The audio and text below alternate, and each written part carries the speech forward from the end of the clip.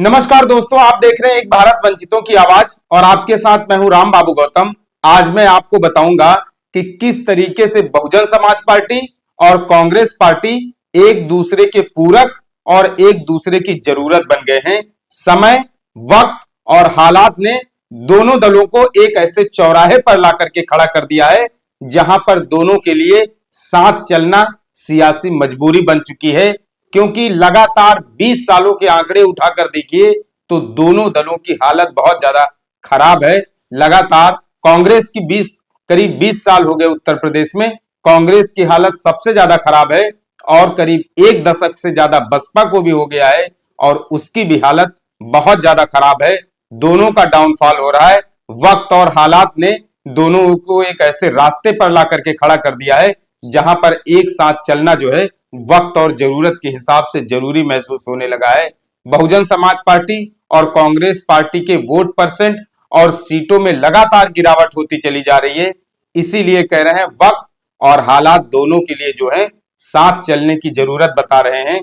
Congress party जो है उत्तर प्रदेश में लगातार अपने गिरावट के चरम पर पहुंचती चली जा रही है। दूसरी तरफ वो बहुजन समाज पार्टी जो एक समय 40% वोट शेयर लेकर के सत्ता पर काबिज हुई थी, आज वो इतना दूर जा चुकी है कि सत्ता हासिल करना तो दूर, उसके लिए मुख्य विपक्षी दल बनना भी दुश्वारी लग रही है। तो ये सब चीजें जो है वो निकल करके सामने आ रही हैं।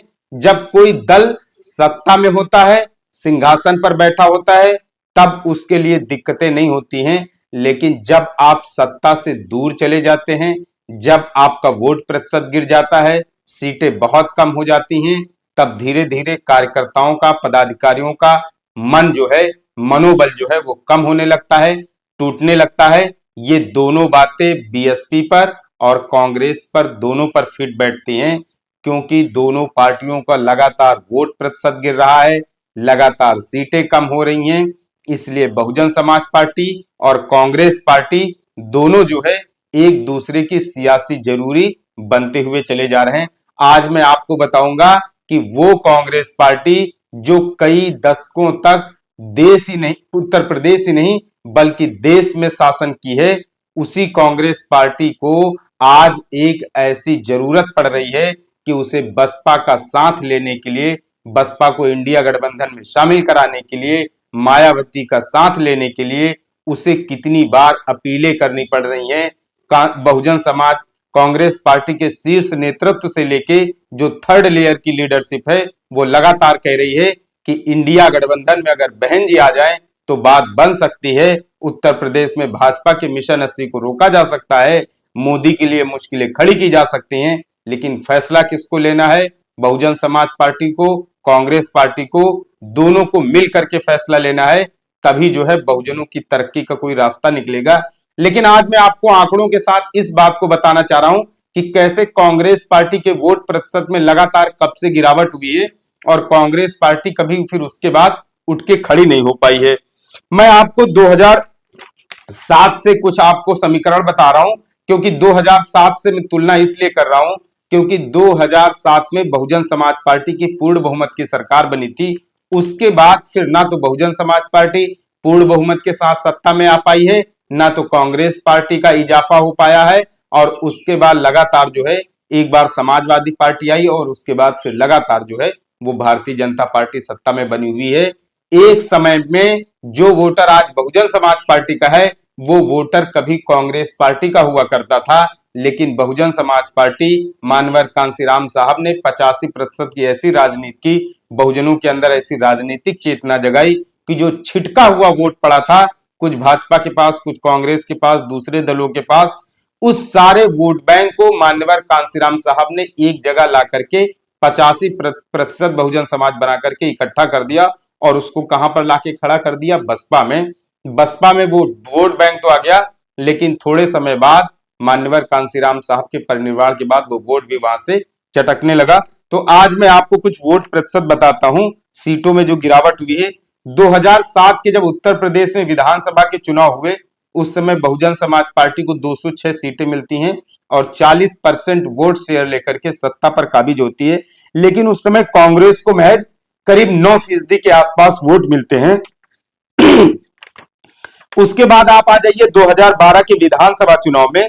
2012 के विधानसभा चुनाव में कांग्रेस का जो वोट प्रतिशत है वो थोड़ा सा बढ़ता है 2012 में, क्योंकि उस समय 2012 में बसपा की सत्ता चली जाती है। मतलब 2007 के चुनाव में कांग्रेस का वोट प्रतिशत 9% रहता है, लेकिन जब बसपा सत्ता से जाती है तो कांग्रेस का वोट प्रतिशत कितना बढ़ता है, 12% हो जाता है। 2017 के विधानसभा चुनाव में बसपा का वोट प्रतिशत 22% वोट रहता है और कांग्रेस पार्टी का वोट प्रतिशत गिर करके 6% हो जाता है, क्योंकि सारा वोटर जो है वो कहां शिफ्ट हो जाता है, 17 में भाजपा में चला जाता है। अब आइए 2022 के विधानसभा चुनाव में।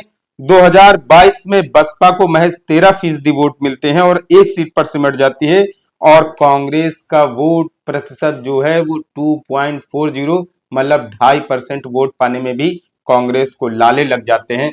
तो लगातार 4 विधानसभा चुनाव में कांग्रेस पार्टी का इतना खराब परफॉर्मेंस रहता है। अब आइए लोकसभा चुनाव की बात करते हैं। 1999 के लोकसभा चुनाव में कांग्रेस को 10 सीटें मिली थी।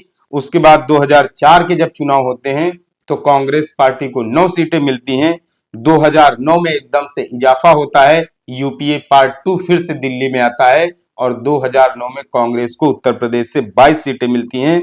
लेकिन 2014 में 22 सीटें कांग्रेस जीतने वाली, 2009 में 22 सीटें जीतने वाली कांग्रेस 2014 में सिर्फ रायबरेली और अमेठी तक सिमट जाती है। लेकिन 2019 आते आते रायबरेली, कांग्रेस पार्टी सिर्फ रायबरेली तक सिमट जाती है और अमेठी में राहुल गांधी को भी हार का सामना करना पड़ता है। इसीलिए कांग्रेस के सामने, बहुजन समाज पार्टी के सामने, दोनों के सामने संकट है। 2019 के लोकसभा चुनाव में कांग्रेस पार्टी एक सीट पर सिमट गई। 2022 के विधानसभा चुनाव में बहुजन समाज पार्टी एक पर सिमट गई। दोनों एक एक सीट पर आकर खड़े गए हो गए हैं। उत्तर प्रदेश में दोनों पार्टियों के लिए अस्तित्व और वजूद बचाने का संकट सामने खड़ा हुआ है। कांग्रेस पार्टी ने इसीलिए अपने ज्यादातर प्रत्याशियों को अभी भी रोक रखा है। वो मायावती से बार बार लगातार अपील कर रहे हैं, लगातार आग्रह कर रहे हैं कि कांग्रेस पार्टी और बहुजन समाज पार्टी अगर मिल करके उत्तर प्रदेश में चुनाव लड़ लें, उसमें समाजवादी पार्टी भी साथ रहेगी, तो उत्तर प्रदेश में 2024 के लोकसभा चुनाव में चमत्कार होने से कोई भी रोक नहीं सकता है। अगर उत्तर प्रदेश में 3 बड़ी पार्टियां मिल जाएं, तीनों साथ आ जाएं, दलित, पिछड़ों और अगड़ों की, मुस्लिमों की एक साथ मिल करके गोलबंदी हो जाए, तो फिर उत्तर प्रदेश में कोई बहुत बड़ा चमत्कार होने से कोई रोक नहीं सकता है। कांग्रेस पार्टी लगातार इस बात पर जोर दे रही है कि अगर मायावती साथ में आ जाएं तो बहुत बड़ा मास्टर स्ट्रोक हो सकता है। 2024 के जो रिजल्ट आएंगे उसमें कोई बहुत बड़ा मैजिक हो सकता है। लेकिन अब फैसला किसको लेना है? मायावती को लेना है, फैसला कांग्रेस के शीर्ष नेतृत्व को लेना है। लेकिन उत्तर प्रदेश की जो जनता है, यहाँ के जो लोग हैं, वोटर्स हैं, बहुजन समाज के जो चिंतक हैं, बहुजन समाज के बारे में जो सोचते हैं, बहुजन राजनीति के बारे में जो विचार करते हैं, सबको बड़ी बेसब्री से इंतजार है कि उत्तर प्रदेश में इस बार चल क्या रहा है। पहले चरण के नामांकन शुरू हो गए हैं, पार्टियों की तरफ से प्रत्याशियों को रोक कर रखा गया है, ज्यादातर सीटों पर अभी प्रत्याशी नहीं उतारे गए हैं। आखिर उत्तर प्रदेश की बहुजन राजनीति और सियासत में चल क्या रहा है, तस्वीर कब सामने आएगी, फैसले कब लिए जाएंगे, वोटर्स को बड़ी बेसब्री से शीर्ष आला कमान के फैसलों का इंतजार है। देखिए क्या होता है। आपको ये एनालिसिस और विश्लेषण कैसा लगा है, इसके बारे में आप हमें अपने कमेंट, अपने सुझाव जरूर दें। आपसे अपील है, आपसे अनुरोध है, आपसे निवेदन है कि आप एक भारत को शेयर और सब्सक्राइब भी करते रहें, जिससे कि शोषितों, पीड़ितों, वंचितों और मजलूमों की आवाज को एक बड़ा मंच बनाया जा सके। धन्यवाद।